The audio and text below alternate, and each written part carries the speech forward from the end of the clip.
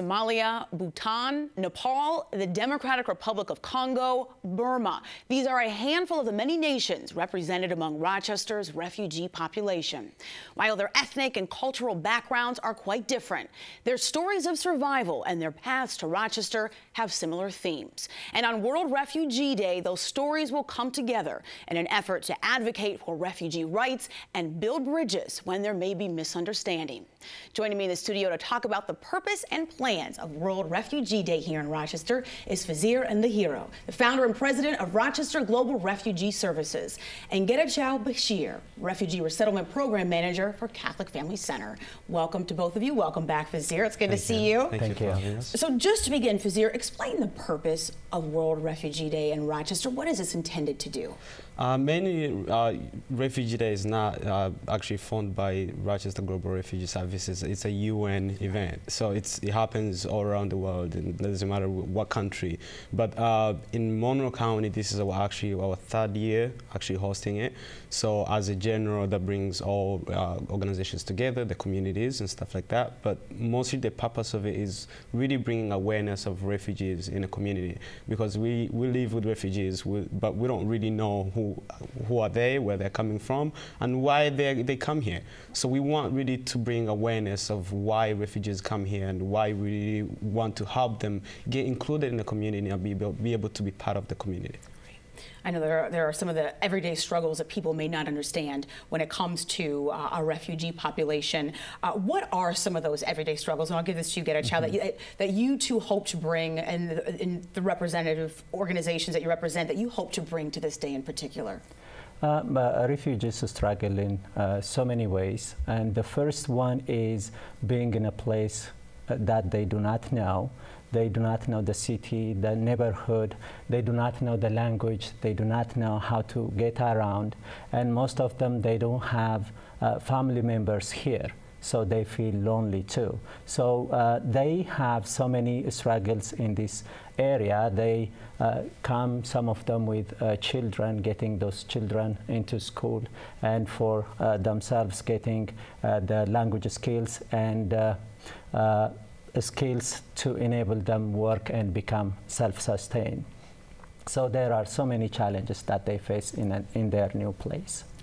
And Fazir, we've talked about kind of the president's proposed changes to immigration policy, and his travel ban have added to some of the pressure and some of this uncertainty that some of the members of our refugee population are feeling right now.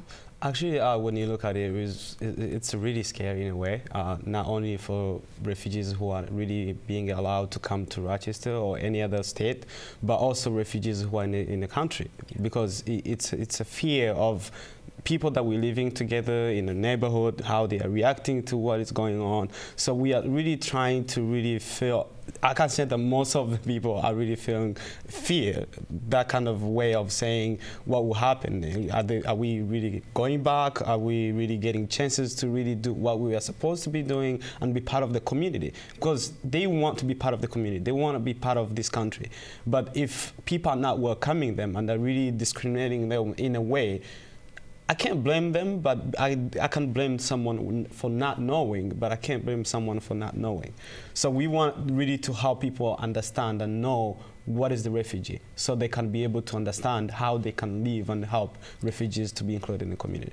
And being included in the community also means on this day that this is for everybody. This event is not just for our refugee population, but also non-refugees born and raised in Rochester. Gedechow, how do you want people in the community to, I guess those watching, they would say, why should I come? Why should I be a part of this? What would you say to them? Well, in the first place, we have to understand why these people come to Rochester or other places. For need of safety. We share that. We human beings want to live in a safe place. But unfortunately, there are lots of people who cannot stay safe in their home. Once they leave their home, the first choice they make usually is to go back to their homes. They come here as a last resort. So once they come to safety, they want to be self-sufficient and live a productive life. So it is good for others to understand why these people come and to help them achieve their goals. Just to like what we like for ourselves, to like it for others. So to understand refugees more, to talk to them and to show them support, moral support, if possible material support. So you're saying there are benefits to this intercultural dialogue? Yeah. In addition to that, when we're talking about this issue, is because I've had a lot of really feedback from people that I'm meeting with or talking to or anywhere, actually saying, "Oh, you're a stranger. You should go back to your country," or this and this. I've had that really personally as personal experience. So if I'm experiencing this, when I think about it in a community or people who are around the country, what I'm really facing. So I would really encourage people to not only take what they hear on news, but reach out and really one-on-one with refugees so you can really better understand them. Because no one ever want to be called a refugee. So in that case, nobody want to leave their country to be here. So if we are here just for survival.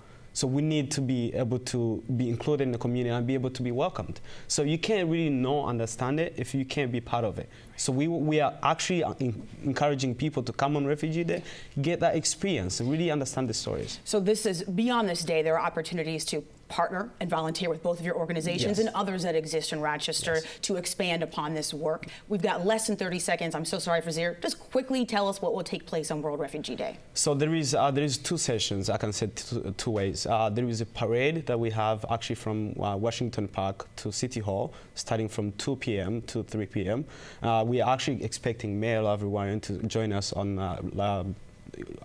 Washington Park by any chance.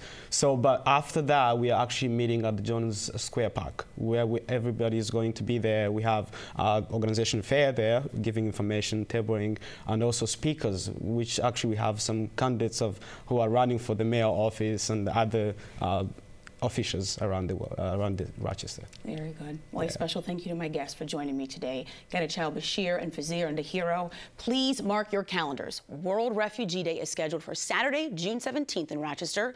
The events of the day, as we heard from Fazeer, start at 2 p.m. with a parade. And for more details, go to facebook.com/Rochester World Refugee Day.